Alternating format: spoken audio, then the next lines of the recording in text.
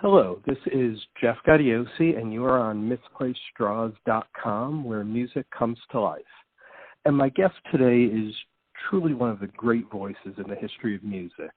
He spent 30 years as the voice of Queensryche. He's released 2 solo records and 3 under the band name Operation Mindcrime, as well as a number of other projects that we'll get into. Please welcome the legendary Geoff Tate. Geoff, welcome. Thank you. What a wonderful introduction. Well, let's start with something that's actually coming up in a couple of weeks. On June 29th, Operation Mindcrime will be appearing at the Tailwinds Music Festival in Wappingers Falls, New York. Do you approach playing a festival different than a regular Operation Mindcrime gig? No. Well,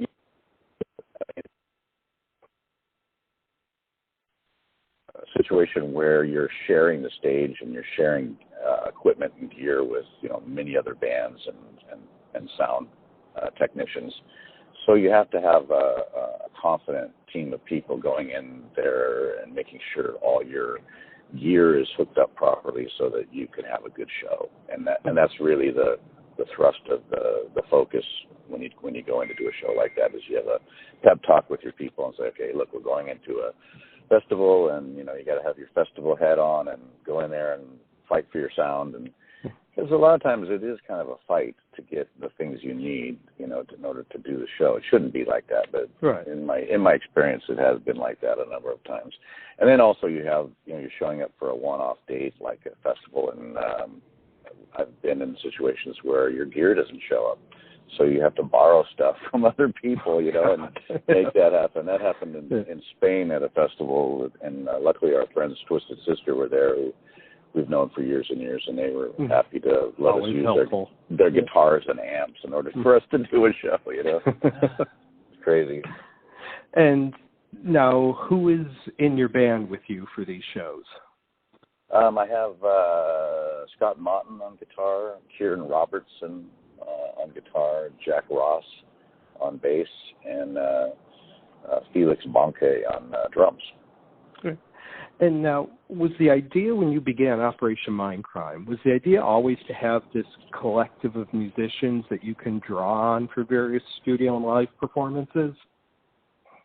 Yeah. I didn't know exactly how it was all going to work or turn out, but I wanted to work with a number of different people who I liked and respected,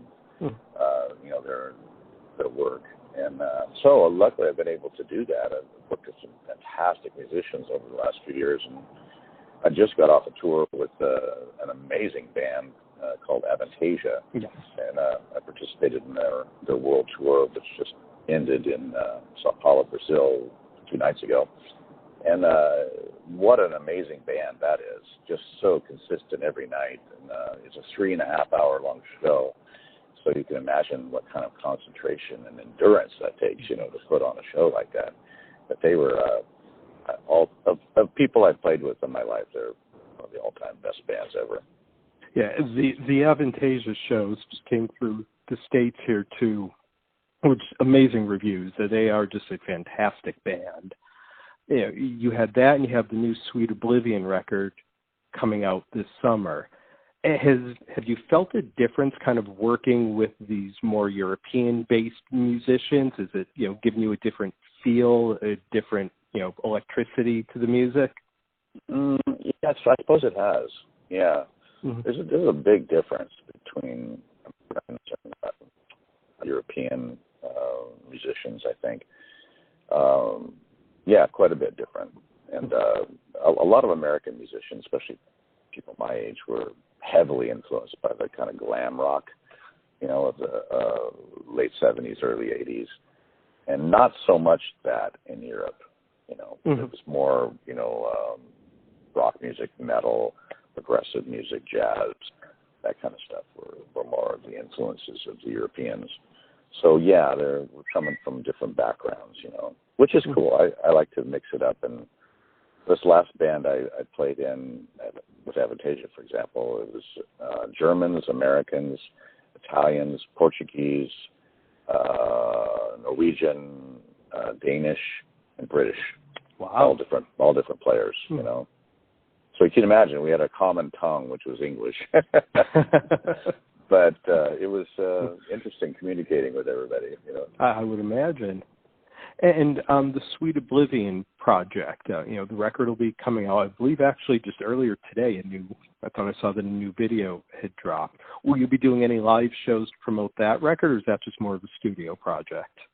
Oh, it's kind of a interesting, weird project that just came up with a guy from my record company suggested I listen to some of the music that a colleague of his had, and I listened to it, and we the man's name was Simone Mullerani. He's an Italian guitar player and songwriter, and we started passing around some music, and before you knew it, months had gone by, and we'd come up with an album. And the funny thing about this, and real interesting to me at least, is that we created the entire album in the virtual world. You know, it's all made over the internet, and it was he worked in his studios, and I worked while I was on the road in various cities as I traveled, and we've still not actually sat in the same room or met each other. Yeah, so it's really that's funny. It's really a cool project because it's so pure. You know, we didn't have the influences of, you know, body language or cultural differences. Right. You know, in being in the same room, we were just primarily working on the purity of the music and the creative process. You know, which was very, very cool and very refreshing. Well, I mean, I love the stuff I've heard from it so far, so I'm very excited to see what the rest of the record sounds like. And well, let's kind of go back through history a bit too. Going back to the early days, you know, when the EP and the Warning came out, they didn't sound like anything else on the scene at the time. It wasn't the Sunset Strip sound from LA or the heavier thrash coming from Northern California or New York. Who were your influences as you were first beginning with Queensryche? My personal influences were really based in the 60s and the 70s music scene. You know, I grew up on progressive music, you know, early Yes and Genesis, Pink Floyd, a lot of R&B,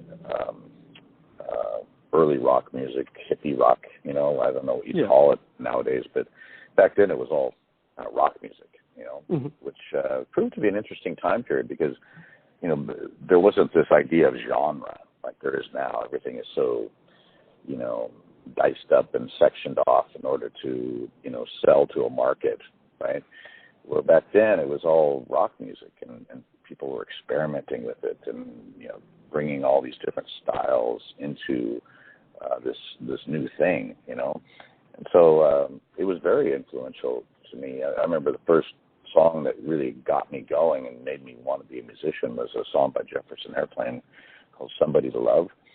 And it had this amazing guitar line in it that I still like to this day.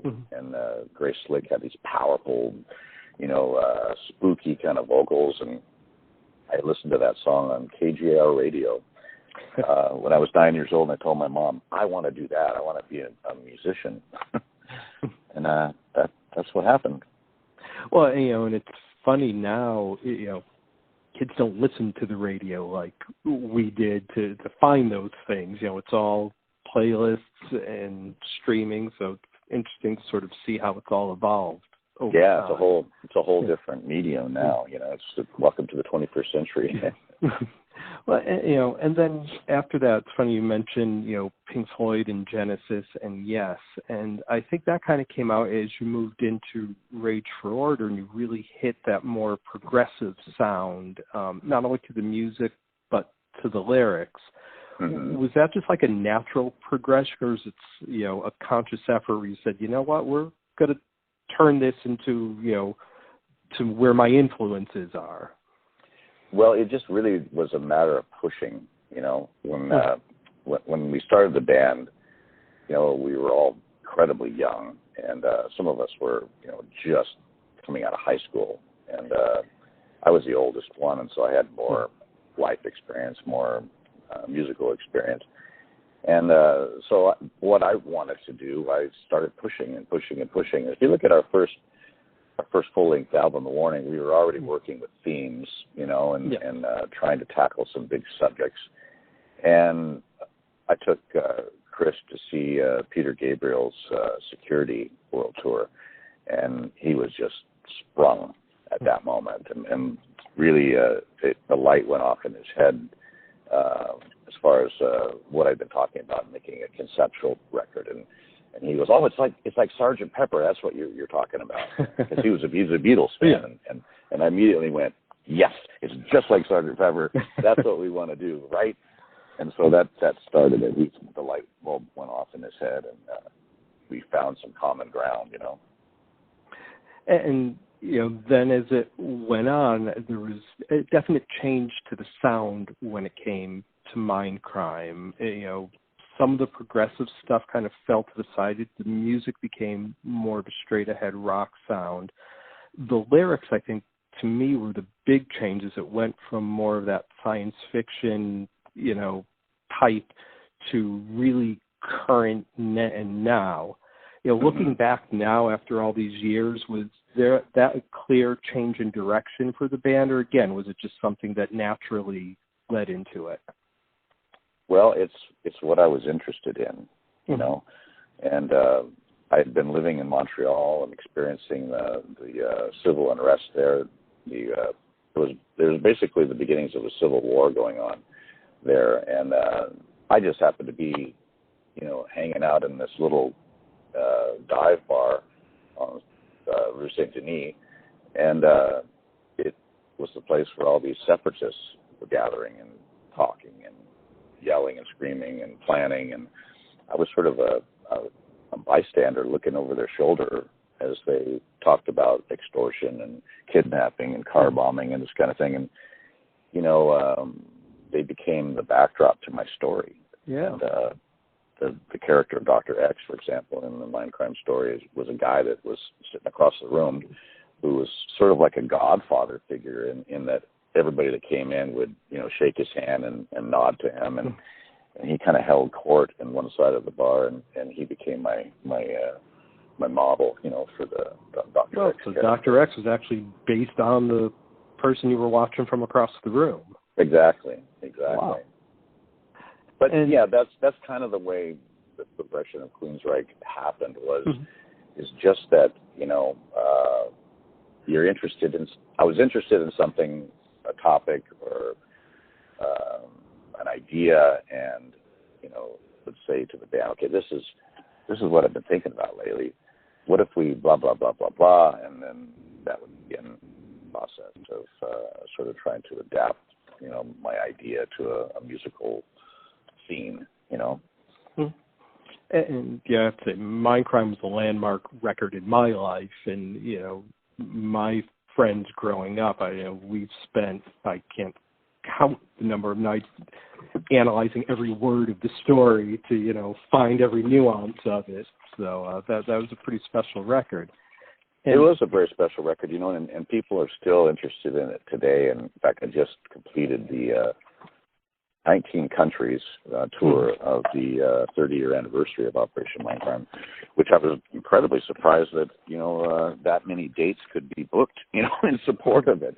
But it was very successful, and people loved it. In fact, I'm still continuing it to this day because the promoters keep calling and saying, "Can you just add 2 more weeks?" Everyone wants it. Yep.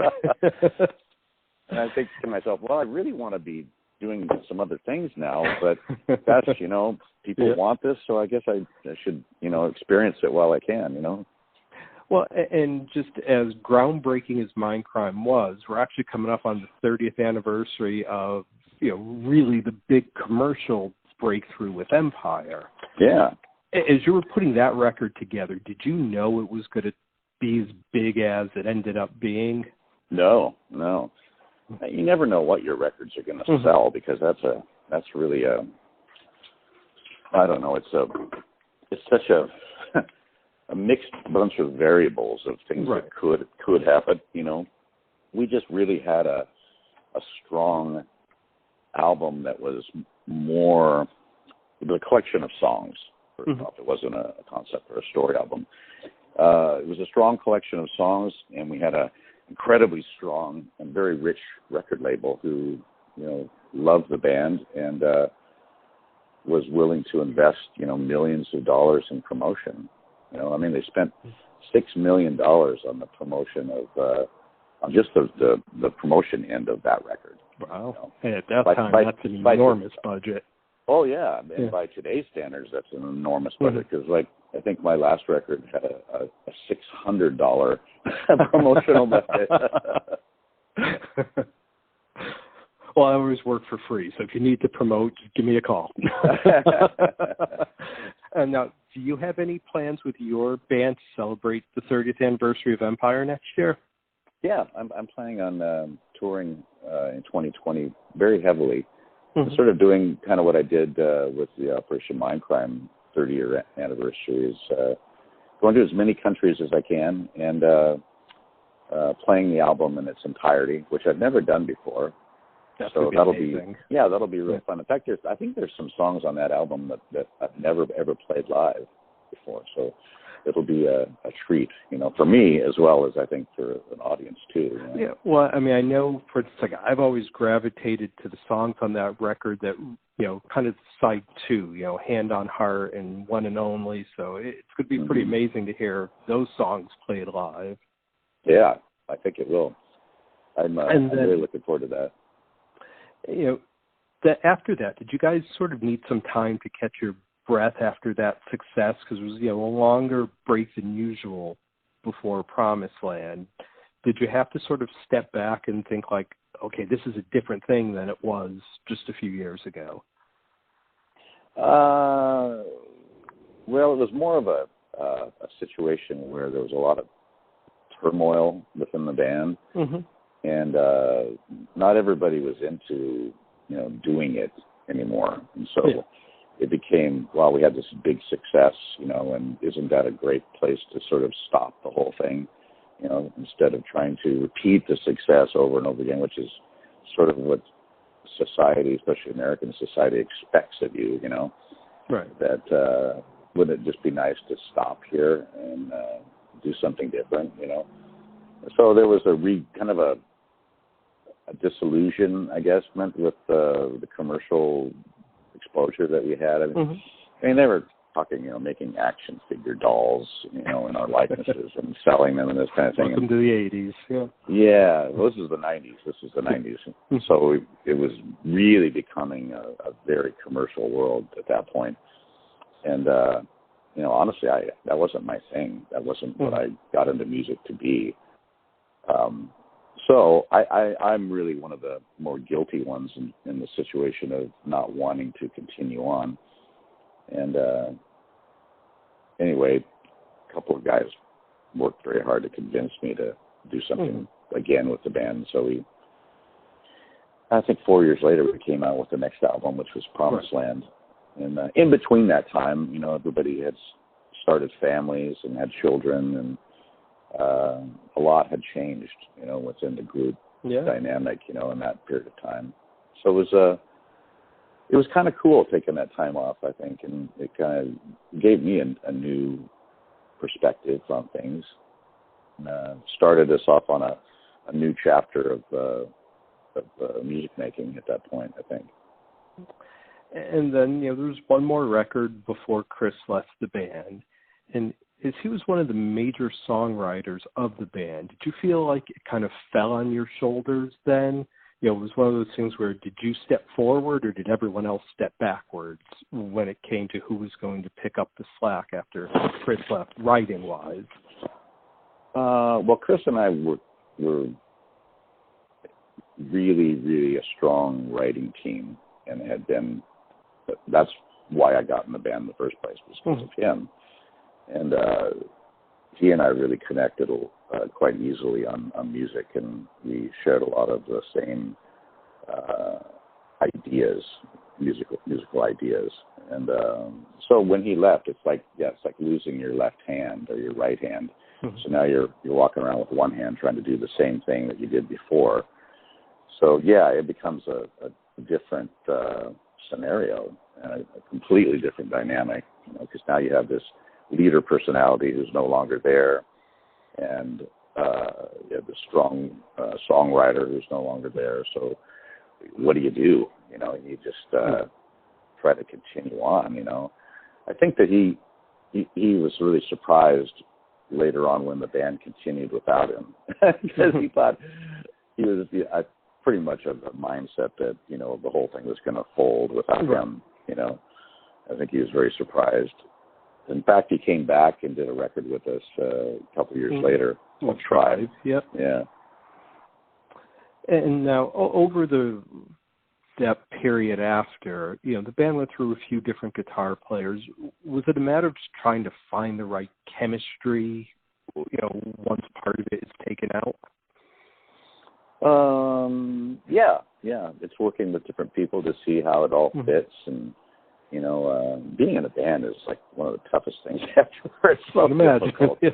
It's so difficult. I mean, you got these very different levels of creative people involved, who are not quite all there, I suppose, by normalcy standards, all trying to exist, and then you got the massive egos in place that you have to deal with and try to juggle and placate. That's another thing. And you have resentments that build up through people getting the spotlight and other people not, and people getting resentful for that, and jealousies that start happening, and drug abuse, and it's just a litany of different obstacles that are in your way, and all the while you got a record company breathing down your neck going, deadline. What have you done for me now? Yeah, you're only as good as your last record. And there's been time and distance now.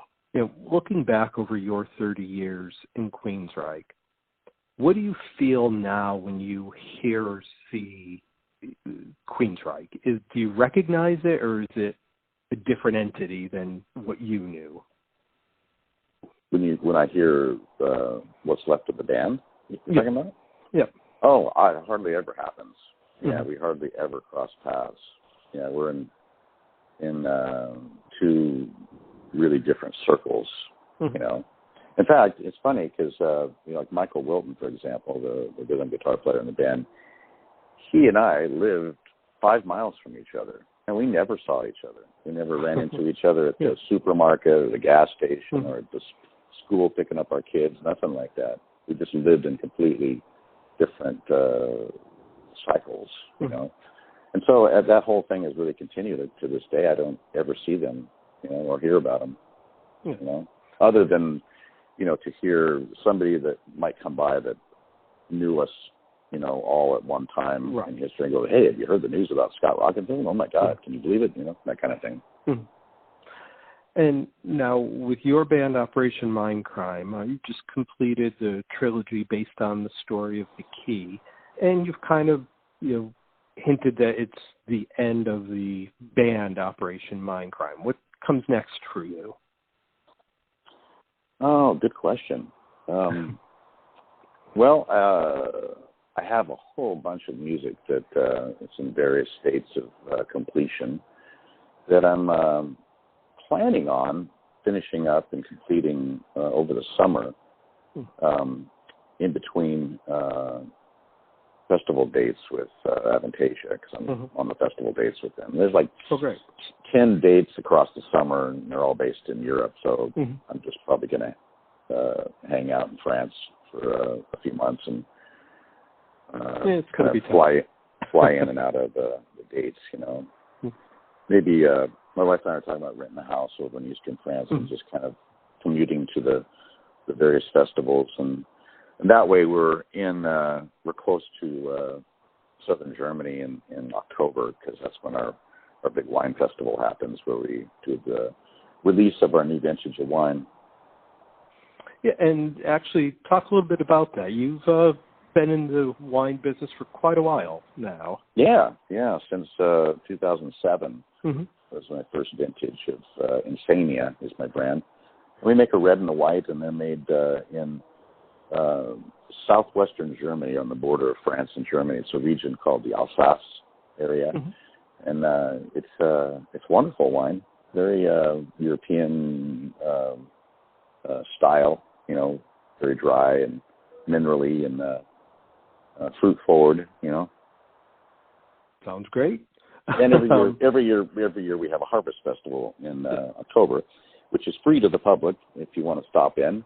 And it's pretty fun because we have friends and musicians from all over the world descend on this little village, and we days of just drinking, eating, laughing, telling stories, and then we kind of conclude it with a big jam night at the winery that usually there's a couple thousand people show up.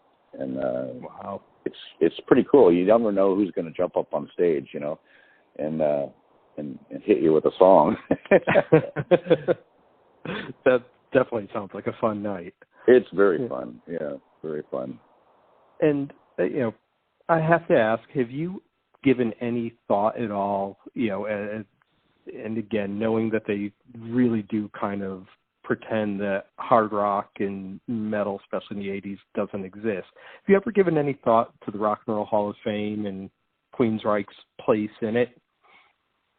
Means absolutely nothing to me. Mm-hmm. Yeah, I am not into awards and award shows and all that posturing about, you know, looking for applause and that kind of thing. I honestly just do not have an interest at all in that. But if something like that did happen, do you see yourself going there and, you know, either accepting with the band or performing with the band, or is it something that wouldn't even come up on your radar? Wouldn't even come up on my radar. No. I don't care for those kind of things. We in the early days, as a band, we performed, I think it's the Grammys and American Music Awards, and man, it's just it's so much stress, and you're not even actually. We were at the Grammys, we were the only band that performed live, and it was a nightmare. I mean, they weren't even, the program wasn't even set up to handle people like us because it was all lip synced, you know. Right. And I just hate lip syncing. I'm just no good at it, and it just seems so fake and artificial to me, you know. It's not a musical performance, and we're like an amazing band that can play well, very well, you know. And so we don't need to lip sync, but you know, that's not how those shows are set up. Well, honestly, I think that's something too that keeps those crowds coming. And as you mentioned before, they keep asking for a couple more weeks of the Mindcrime tour. I think that's one of the reasons why, is because, you know, speaking as a fan, we appreciate the bands that are actually up there playing, the guy that's actually singing, you know, rather than going up there and hearing the record while somebody pretends to play it. Yeah, I like to think that too. I like to think that people recognize honesty and integrity. But in my jaded, cynical existence, that's not so much the story to me. I see a lot of brainwashed people who really follow trends, and they follow the commercial that's sold to them so easily. It's almost ridiculous and kind of comical in a sense that so many people are, I'm going to say it, they're so dumb that they can't think for themselves in order to see, you know, the emperor's new clothes, so to speak. You know? Yeah. And they buy it, you know. I mean, who on earth would pay $150 to go listen to a DJ spin records that other people made? You know, who pays money and who spends the time to watch American Idol or these kind of television shows where people aren't performing their art, they're performing somebody else's art? You know, why pay money to go watch it or listen to a tribute band? For God's sake, boycott tribute bands. That's like the worst insult there is. You know, that's just my jaded, cynical outlook, though. So I assume we're not going to see the Geoff Tate hologram tour coming anytime soon. Well, I can't be responsible for what my children do in my absence. Well, Geoff, this has been amazing. I can't thank you enough for taking some time out. Again, if you're in the Northeast, Operation Mindcrime will be at the Tailwinds Music Fest in Wappingers Falls, New York on June 29th, as well as a bunch of other dates through the area here coming up. So check the website for all the dates. The Sweet Oblivion record should be out shortly. I know you have some singles out there. And look forward to the new music. Would love to talk to you when you get that 30th Anniversary Empire Tour going and help you get the word out for that. But, Geoff, thank you just so much for your time. My pleasure, Geoff. Good conversation, and thanks for having me on your show. I appreciate it. We'll talk soon. All right. Take care now. You too. Bye-bye. Bye.